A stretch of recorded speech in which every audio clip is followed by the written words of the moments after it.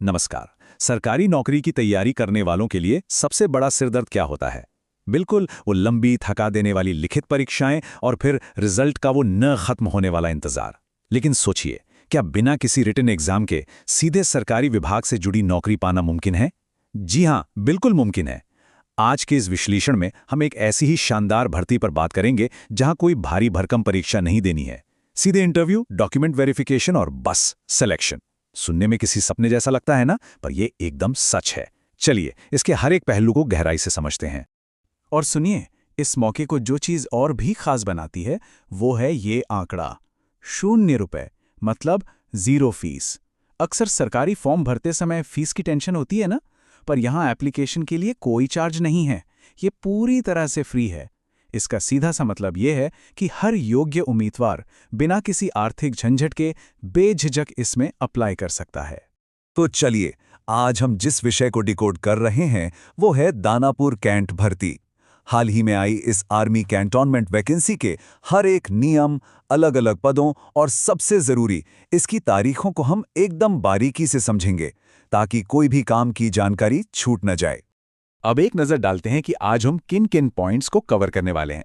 सबसे पहले दानापुर का सुनहरा अवसर, फिर यूआरसी बनाम ईसीएच की रिक्तियों में अंतर।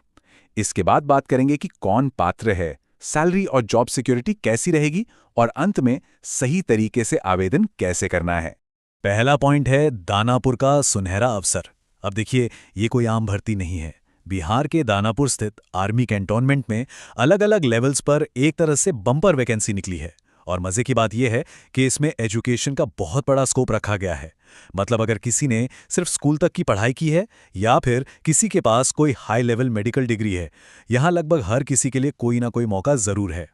आगे बढ़ते हैं दूसरे पॉइंट पर, यूआरसी बनाम एसीएचएस रिक्तियां।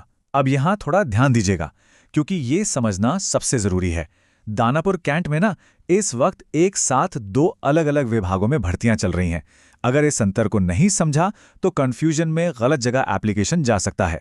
तो इसे ऐसे समझते हैं, एक तरफ है यूआरसी यानी यूनिट रन कैंटीन। यहां 28 पदों पर भर्ती निकली है और सबसे अहम बात, इसका एप्लीकेशन प्रोसेस पूरी तरह से ऑफलाइन है। वहीं दूसरी तरफ है ईसीएचएस यानी ex serviceman contributory health scheme का पॉलीक्लिनिक डिपार्टमेंट। यहां 109 पद खाली हैं और इनके लिए एप्लीकेशन सिर्फ ऑनलाइन मांगे गए हैं। तो ये क्लियर रखना है कि इन दोनों को आपस में मिक्स नहीं करना है। दोनों की प्रक्रियाएं और पद एकदम अलग हैं। अगर हम कुल रिक्तियों का डिस्ट्रीब्यूशन देखें तो सामने आता है कि ईसीएचएस में मेडिकल और सपोर्ट स्टाफ के 109 पदों का एक बड़ा हिस्सा है, जबकि यूआरसी यानी कैंटीन मैनेजमेंट के लिए 28 पद रिजर्व्ड हैं। ये नंबर साफ दिखाते हैं कि दानापुर कैंट में काफी बड़े पैमाने पर मैन पावर की जरूरत है, जिसका मतलब है कि सिलेक्शन के चांसेस भी काफी ज्यादा हैं। अब आते हैं अपने तीसरे और बहुत ही अहम सवाल पर, कौन पात्र है? इन 100 से ज्यादा पदों के लिए सही कैंडिडेट कौन है? चलिए इसे थोड़ा ब्रेक डाउन करते हैं, ताकि हर कोई अपनी क्वालिफिकेशन के हिसाब से परफेक्ट रोल चुन सके। जैसा कि हम देख सकते हैं, इस भर्ती की सबसे बड़ी खासियत इसकी विविधता है। अगर एजुकेशन सिर्फ 8वीं या 10वीं पास है तो भी चिंता की कोई बात नहीं। यूआरसी में हेल्पर या गार्ड और ईसीएचएस में चपरासी या सफाई वाला जैसे पद मौजूद हैं। जिन्होंने ग्रेजुएशन कर ली है उनके लिए क्लर्क, डेटा एंट्री ऑपरेटर और असिस्टेंट मैनेजर जैसी बेहतरीन पोस्ट्स हैं।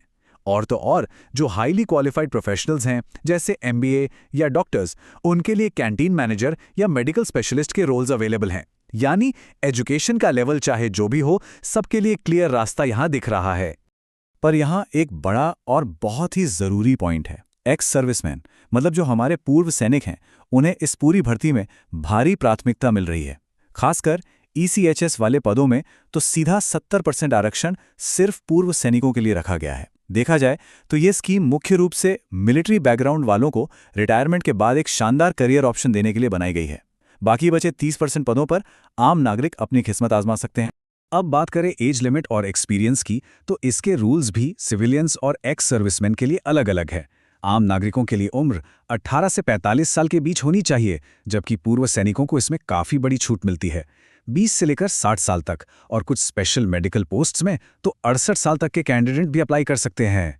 एक्सपीरियंस की बात करें तो यूआरसी में अनुभव होने पर प्रेफरेंस मिलेगी, लेकिन ईसीएचएस के मेडिकल और टेक्निकल रूल्स के लिए उसी फील्ड में 3 से 5 साल का एक्सपीरियंस एकदम कंपलसरी है। चलिए अब बढ़ते हैं चौथे भाग की तरफ, वेतन और नौकरी की सुरक्षा।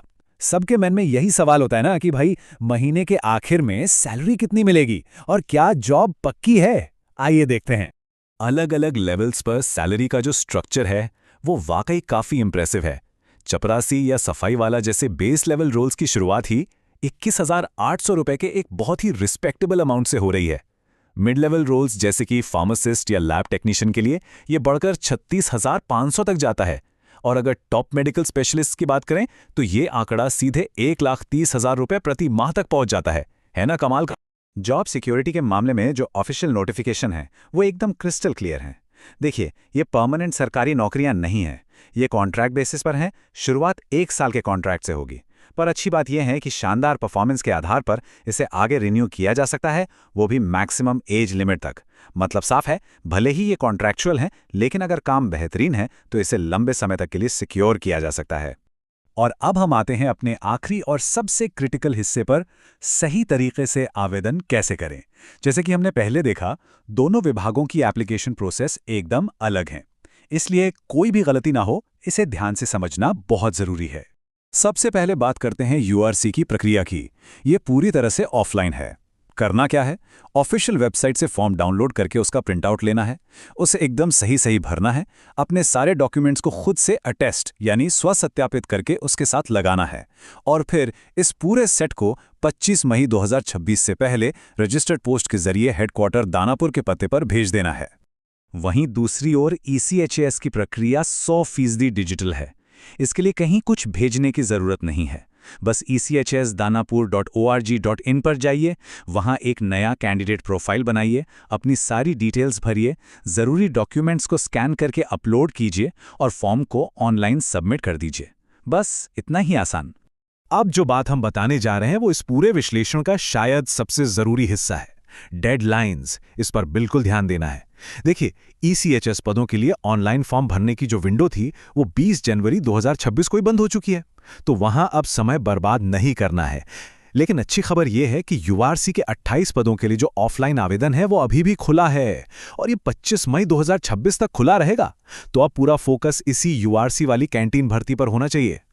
फॉर्म रिजेक्ट ना हो जाए, इसके लिए डॉक्यूमेंट्स की ये चेकलिस्ट जरूर याद रखनी है। आधार कार्ड के दोनों तरफ की कॉपी, सारी education marksheets, recent passport size photo, और अगर कोई एक्सपीरियंस सर्टिफिकेट है तो वो जरूर लगाएं। और हाँ, जो एक्स सर्विसमैन हैं उन्हें अपनी सर्विस का प्रूफ देने के लिए डिस्चार्ज बुक की कॉपी लगाना बिल्कुल नहीं भूलना है, ये सबसे जरूरी है। Finally selection process. जैसा हमने शुरू में कहा था, कोई लिखित परीक्षा नहीं है। प्रक्रिया एकदम सिंपल और ट्रांसपेरेंट है। सबसे पहले भेजे गए डॉक्यूमेंट्स के आधार पर कैंडिडेट्स को शॉर्टलिस्ट किया जाएगा। जो लोग शॉर्टलिस्ट होंगे उन्हें सीधे इंटरव्यू या एक बेसिक जॉब टेस्ट के लिए बुलाया जाएगा, और बस असली डॉक्यूमेंट्स के वेरिफिकेशन के बाद सीधा अपॉइंटमेंट। तो इस डिकोड को खत्म करते हुए एक बहुत ही अहम सवाल उठता है। कई बार सब कुछ पता होते हुए भी सिर्फ डॉक्यूमेंट्स रेडी न होने की वजह से ऐसे शानदार मौके हाथ से निकल जाते हैं। अब चूंकि यूआरसी की आवेदन प्रक्रिया 25 मई 2026 तक पूरी तरह से खुली है, तो क्या अप्लाई करने के लिए सारे जरूरी डॉक्यूमेंट्स आज ही तैयार हैं? इस जानकारी का पूरा फायदा उठाइए, अपनी योग्यता चेक कीजिए और इस बेहतरीन मौके को हाथ से मत जाने दीजिए। इस पूरे विश्लेषण में हमारे साथ जुड़े रहने के लिए आपका बहुत बहुत धन्यवाद।